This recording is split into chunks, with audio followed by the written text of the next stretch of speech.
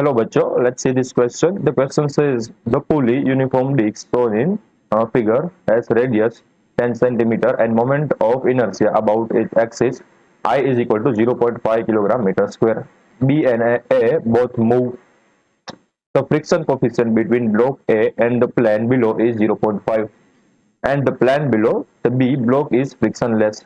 Assuming no slipping between pulley and spring, find the acceleration of 4 kilogram block. तो मैं एक surface given है triangular, दो surfaces है। लेट्स सपोज ये वाली है लेफ्ट वाली फर्स्ट सरफेस एंड सेकंड वाली ये है, ठीक है, फ्रिक्शन लेस है। जो फर्स्ट सरफेस है उसमें फ्रिक्शन है एंड सेकंड जो सरफेस है वो फ्रिक्शन लेस है। एंड फर्स्ट सरफेस में 2 kg का एक ब्लॉक गिवन है, उसको एक रस्सी के साथ कनेक्ट किया गया है एंड सेम सेकंड में भी 4 किलोग्राम के बॉक्स को रस्सी के साथ कनेक्ट किया गया है। तो उन दोनों रस्सी को एक पुली जिसका मास m है, ठीक है, उसके साथ कनेक्ट किया गया है, जिसको यूनिफॉर्म डिस्क है उस तरह में ट्रीट करना है। जो पुली है वो यूनिफॉर्म डिस्क है, वो हमें गिवन है। तो हमें बताना है कि इस सिचुएशन में 4 किलोग्राम का मास है तो उसका एक्सेलरेशन क्या होगा, हमारा टास्क है। तो हम इस प्रॉब्लम में जो की कंसेप्ट यूज करने वाले हैं वो होगा, पहले तो होगा न्यूटन्स फोर्स लॉ।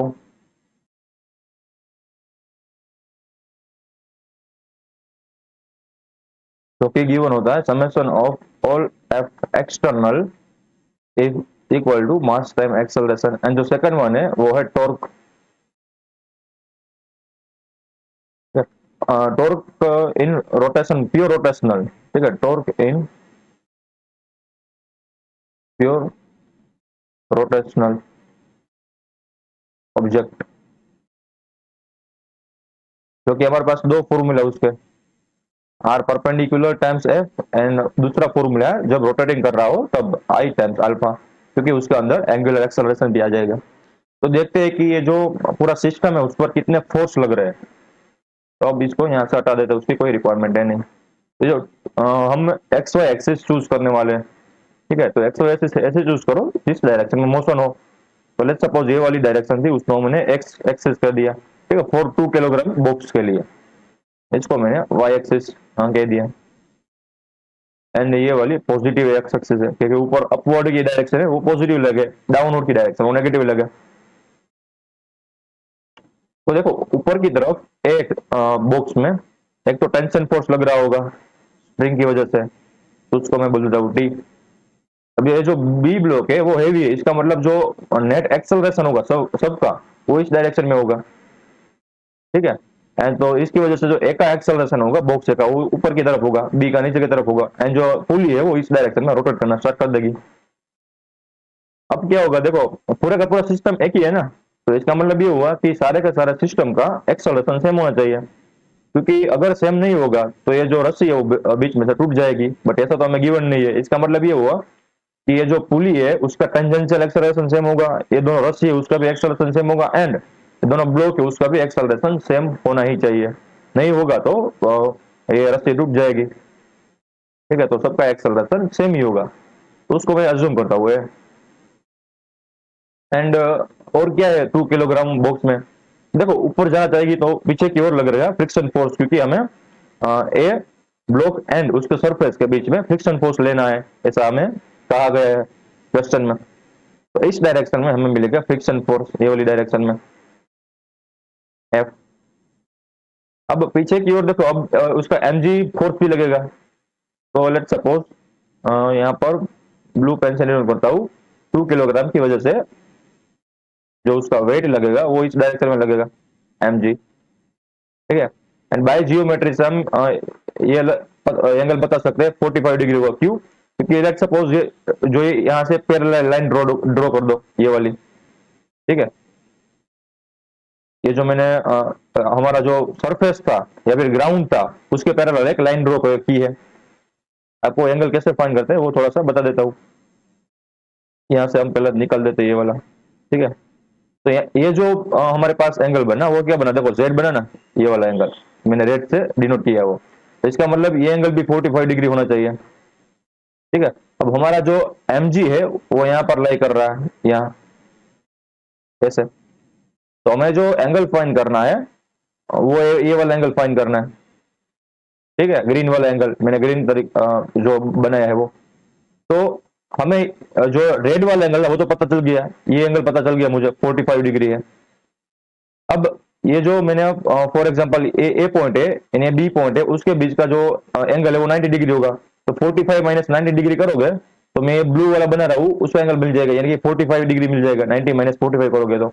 एंड वापस से ये जो एक्सिस है एंड ये एक्सिस है वो दोनों परपेंडिकुलर है, तो ये वाला 45 डिग्री मिला, तो वापस से 90 माइनस 45 करोगे तो ये वाला एंगल मिल जाएगा 45 डिग्री। ठीक है, तो ऐसे आप एंगल फाइंड करते हैं।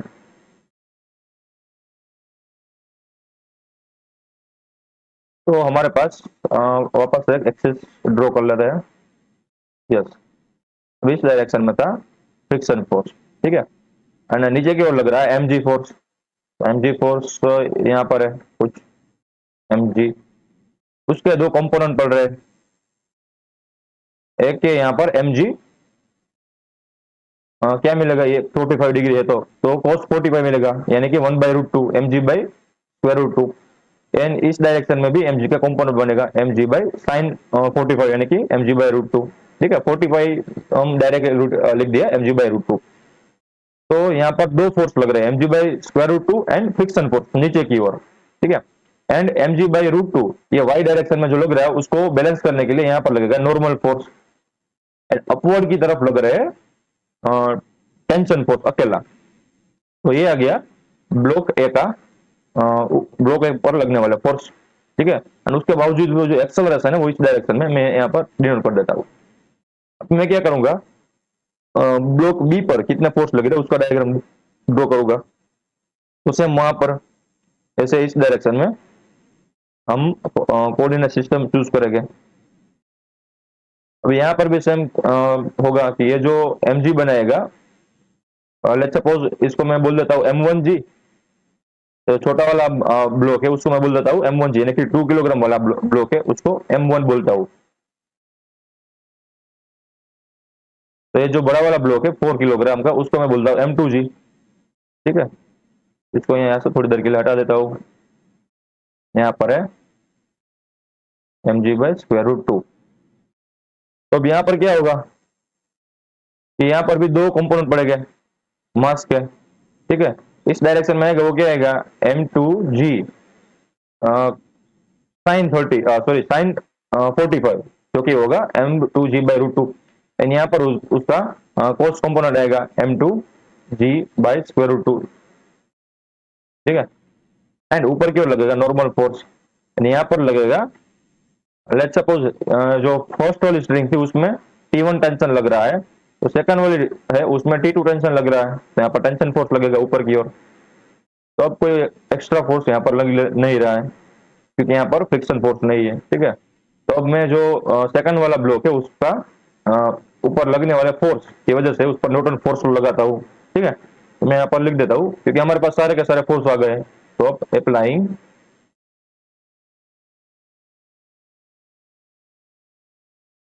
Newton's force flow on block ए,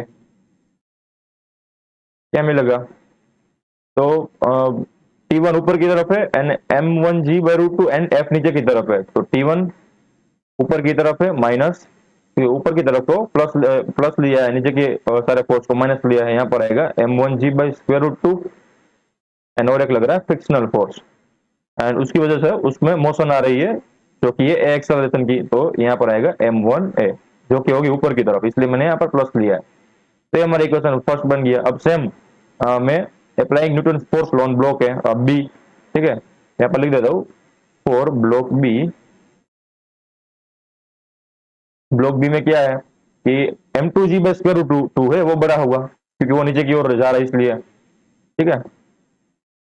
अब आप ऊपर वाली जो सेम साइन कन्वेंशन यहाँ पर भी लोगे तो भी सेम ही आएगा, आंसर सेम ही आएगा, ठीक है। आपको कॉन्सेप्ट पता होना चाहिए। तो यहाँ पर जो आएगा फाइनली वो आएगा M2G/√2, ऊपर लग रहा है टेंशन फोर्स तो वो यहाँ पर लिख T2, एंड उसकी वजह से उसमें मोशन आ रही है वो आ रही है M2 टाइम्स ए, ठीक है, सेम एक्सेलरेशन की मोशन, ये सेकंड हो गया। अब मैं जो पुली पर लगने वाले फोर्स को डिफाइन करता हूँ। तो लेट्स सपोज ये पुली थी, पुली का एक पॉइंट टोच वाला पॉइंट है, ठीक है, या टॉप वाला पॉइंट कंसीडर करता हूँ, लेट्स सपोज पी है। तो यहाँ से स्ट्रिंग पास हो रही है दोनों, ये वाली स्ट्रिंग एंड ये वाली स्ट्रिंग। अब पुली पर इस डायरेक्शन में T1 टेंशन लग रहा है एंड इस डायरेक्शन में T2 टेंशन लग रहा है, ठीक है, क्योंकि पुली पर नीचे की ओर टेंशन लगेगा, इन दोनों ब्लॉक पर ऊपर की ओर लग रहा है, तो पुली की ऊपर नीचे की ओर टेंशन लगेगा। तो पुली के ऊपर पी पॉइंट पर, यानी कि उसका टेंजेंशियल पॉइंट दो तरह के फोर्स लग रहे हैं। तो यहाँ पर उसका जो रिजल्टेंट होगा वो क्या होगा, टी पॉइंट पर, तो वो होगा T2 माइनस T1, क्योंकि T2 बड़ा है, ठीक है, T2 टेंशन फोर्स बड़ा है, इसलिए ये जो पूरे का पूरा सिस्टम हो इस डायरेक्शन में रोटेट करना स्टार्ट कर देता है। तो T2 बड़ा होना चाहिए ना, तो इसलिए मैंने लिखा T2 माइनस T1, ठीक है। यहाँ पर मैं उसका सेंटर बना देता हूँ, इसका यहाँ पर है उसका रेडियस, यानी ये पॉइंट है P। अब P पॉइंट पर T2 माइनस T1 जितना फोर्स टेंजेंशियली लग रहा है कि नहीं, क्योंकि ये जो स्ट्रिंग है वो टेंजेंशियली टेंशन फोर्स दे रही है। इसका मतलब ये हुआ कि देखो जो P पॉइंट है उस पर इस डायरेक्शन में T2 माइनस T1 जितना फोर्स लग रहा है, तो इसमें टॉर्क लग रहा है ना इवेंचुअली, देखो, तो इसकी वजह से घूम रहा है अपनी एक्सिस ओ पर। तो यहाँ पर टॉर्क की वजह से इसमें एंगुलर एक्सेलरेशन आ रहा है। तो यहाँ पर क्या करूंगा, मैं टॉर्क का फॉर्मूला लग दूंगा, ठीक है, राइट कर दूंगा। तो टॉर्क इज इक्वल टू क्या होगा, R perpendicular times F. R perpendicular क्या है कि फोर्स एंड जिस एक्सिस का घूम रहा है उसके बीच का परपेंडिकुलर डिस्टेंस हमारे केस में आर है, टाइम्स एफ। एफ क्या है, T2 माइनस T1। ये ट्रांसलेशन मोशन नहीं कर रहा, तो हम इसमें टॉर्क अनदर डेफिनेशन से भी फाइंड कर सकते हैं। कौन सी डेफिनेशन, तो अगर हमें अल्फा पता हो तो हम यहाँ पर लिख सकते हैं उसकी moment of inertia times alpha. तो ये हमारा सेकंड इक्वेशन आ गया। अब moment of inertia of the disc, ठीक है, सर्कुलर डिस्क क्या होती है, mr² बाई 2। एंड डिस्क का मैं मास अज्यूम करता हूँ कैपिटल एम, तो यहाँ पर आएगा mr² by 2 times alpha. Again एक चीज आपको ध्यान रखनी है, कोई भी चीज घूम रही हो, सिर्फ रोटेशन कर रही हो, तो उसका जो एंगुलर एक्सेलरेशन है वो एंड उसका टेंजेंशियल एक्सेलरेशन, उसके बीच का एक खास रिलेशन मिलता है हमें। यहाँ पर लिख देता हूँ, if object only rotating then alpha can be return by इसका tangential acceleration divided by R, ठीक है।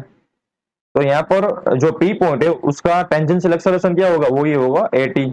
वो हमें पता है कि जितनी स्पीड से ये स्ट्रिंग नीचे की ओर जाएगी उतनी जो स्पीड से ये पॉइंट पी है, यानी कि डिस्क के ऊपर रखा हुआ पॉइंट पी है, वो एक्सेलरेट करेगा, क्योंकि उसके बीच में स्लिपिंग नहीं हो रहा है, ठीक है। तो जितना एक्सेलरेशन स्ट्रिंग का होगा उतना ही एक्सेलरेशन है पॉइंट पी का होना चाहिए कि नहीं। तो मैं यहाँ पर लिख देता हूँ कि AT इज इक्वल टू क्या ए है, क्योंकि जो ये स्ट्रिंग है वो ए एक्सेलरेशन से ऊपर एंड नीचे जा रही है। तो अगर ये डिस्क एंड स्ट्रिंग के बीच में स्लिपिंग नहीं हो रही है, तो इसका मतलब ये हुआ कि नहीं कि जो जो जितनी स्पीड से ये स्ट्रिंग नीचे की ओर जा रही है उतनी स्पीड से ये जो पॉइंट पी है वो रोटेट करना स्टार्ट कर देगा, उसका टेंजेंशियल एक्सेलरेशन होगा, ठीक है। तो यहाँ पर हम लिख सकते हैं mr² by 2 times A upon R, क्योंकि AT is equal to A है, जैसे आर से आर कैंसिल आउट हो गया एंड बचा हमारे पास MAR बाई 2। अब इन दोनों इक्वेशन को कंपेयर करते हैं, तो क्या मिलेगा हमें, R T2 minus T1 is equal to MAR by 2। तो आर से आर कैंसिल आउट हो गया, तो यहाँ से मिला हमें T2 minus T1 is equal to MA by 2। इसको मैं बोल देता हूँ कौन सा वाला इक्वेशन है, थर्ड इक्वेशन, ओके। अब मैं 1 + 2 करूंगा, ठीक है, एडिशन कर दूंगा फर्स्ट एंड सेकंड इक्वेशन का। तो यहाँ पर मैं लिखता हूँ 1 + 2 फर्स्ट इक्वेशन में, सेकंड को ऐड कर दो, तो हमारे पास मिलेगा T1 माइनस T2, ठीक है, ऐड करना है, इसलिए यहाँ पर मिलेगा T1 minus T2 plus M2G by root 2 minus M1G by root 2। तो यहाँ पर आएगा मैं डायरेक्टली लिख देता हूँ M2 माइनस M1, ठीक है, M2 minus M1, M2 minus M1, G by square root two, and left hand side और एक बचा है माइनस एफ, यहाँ पर बचा है minus F, and right hand side है m1 प्लस m2 टाइम्स ए। अब मैं क्या करूंगा, फ्रॉम थर्ड इक्वेशन, यहाँ पर क्या था, T two minus T one is equal to M G by root two, तो T one minus T two is equal to क्या होगा, minus M G by root two, sorry minus M G by two, यहाँ पर आएगा minus M G by two plus M two minus M one G by square root two, and frictional force की value क्या होती है, तो वो होती है म्यू एस एन। एन क्या है हमारे केस में, देखो ये वाले केस में, ए ऑब्जेक्ट के केस में, तो एन इज इक्वल टू क्या है, एन इज इक्वल टू होगा M G by square root two. ठीक है, हम वाई डायरेक्शन में न्यूटन फोर्स को लगाएंगे ब्लॉक ए में, यहाँ पर लिख देता हूँ, in Y direction of block A. ठीक है, कितना आएगा, वाई डायरेक्शन में तो मोशन नहीं हो रही, तो इसका मतलब दोनों फोर्स बैलेंस होना चाहिए, तो यहाँ पर आएगा M one G by square root two, normal force is equal to M one G by square root two होना चाहिए। ठीक है, ये वाला फोर्स, नीचे वाला फोर्स, तो ऐसे हमें नॉर्मल फोर्स मिल गया, तो नॉर्मल फोर्स यहाँ पर हम पुट कर देंगे एम वन जी। ठीक है, and M one plus M two, तो यहाँ पर आएगा एज इट इज, मैं रखता हूँ, बाद में सबकी वैल्यू पुट कर दूंगा। अब यहाँ पर जी नहीं था, यहाँ पर ए है, एक्सेलरेशन ए है। अब मैं क्या करूंगा, ये जो टर्म है उसको राइट हैंड साइड ले आऊंगा, तो M one minus M two, M one minus M two, क्या था, एम वन हमने चूज किया है टू, एंड एम टू को चूज किया है फोर, तो हमारे पास क्या है M two minus M one, तो फोर माइनस टू यानी कि टू। अब जी की वैल्यू लेते हैं फॉर सिंप्लिसिटी टेन, तो यहाँ पर आएगा ten by square root two. ठीक है, माइनस म्यू एस हमें गिवन है आई थिंक 0.5। ठीक है, यस 0.5, एंड यहाँ पर क्या आएगा, 0.5 टाइम्स एम वन की वैल्यू है टू टाइम्स जी यानी कि 10, तो यहाँ पर बचेगा m1 प्लस m2। ठीक है, ये जो ये वाला टर्म था एम ए बाई टू को मैंने राइट हैंड साइड ले लिया है, तो यहाँ पर वो एड हो जाएगा, तो m1 प्लस m2 यानी कि 6 होगा, एंड प्लस ये यहाँ पर आएगा हमें m बाई टू। ठीक है, दोनों में से a कॉमन निकल जाएगा। अब हमारे पास मास ऑफ द पुली है नहीं, तो हम उसकी जो मोमेंट ऑफ इनर्शिया है उसका यूज करेंगे, तो हमें पता है कि I इज इक्वल टू क्या है हमारे पास, M R square by two है कि नहीं, तो m इज इक्वल टू क्या मिलेगा, mass of the pulley two times I upon R square, तो टू टाइम्स आई की वैल्यू हमें पता है, गिवन है 0.5 टाइम्स आर स्क्वायर की वैल्यू हमें गिवन है 10 सेंटीमीटर। ठीक है, अब 10 सेंटीमीटर को मीटर में कन्वर्ट करोगे तो 0.1 आएगा उसका स्क्वायर, तो यहाँ पर मैं लिख देता हूँ 0.1 का स्क्वायर। इसको सिंप्लीफाई करोगे तो आंसर क्या आएगा, two times 0.5 divided by 0.1 times 0.1, तो आएगा 100।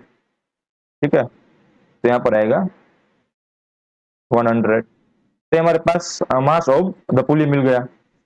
अब उस वो डिवाइडेड बाई टू है। ठीक है, मैं पहले लेफ्ट हैंड साइड सोल्व करता जाऊंगा, तो हमारे पास लेफ्ट हैंड साइड में है 10 टाइम्स टू यानी कि 20 by square root of two, तो यहाँ पर आएगा 14.14, 14.14, इसको मैं ब्रैकेट में डिनोट कर देता हूँ।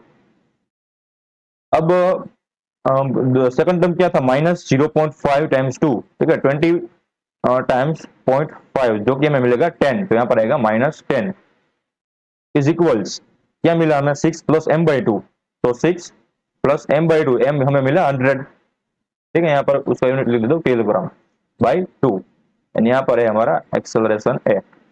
इसको सिंप्लीफाई करो, आंसर मिल जाएगा, तो ए इज इक्वल टू क्या मिलेगा, 14.40 माइनस 10, एंड ये आप करोगे तो 56 आएगा, तो डिवाइडेड बाई 56, तो फाइनल आंसर आएगा 0.073 meter per second square. So the final answer of the question is the acceleration of the block B यानी कि 4 kilogram mass is equal to 0.0739 meter per second square. I hope you understood it well. Best of luck.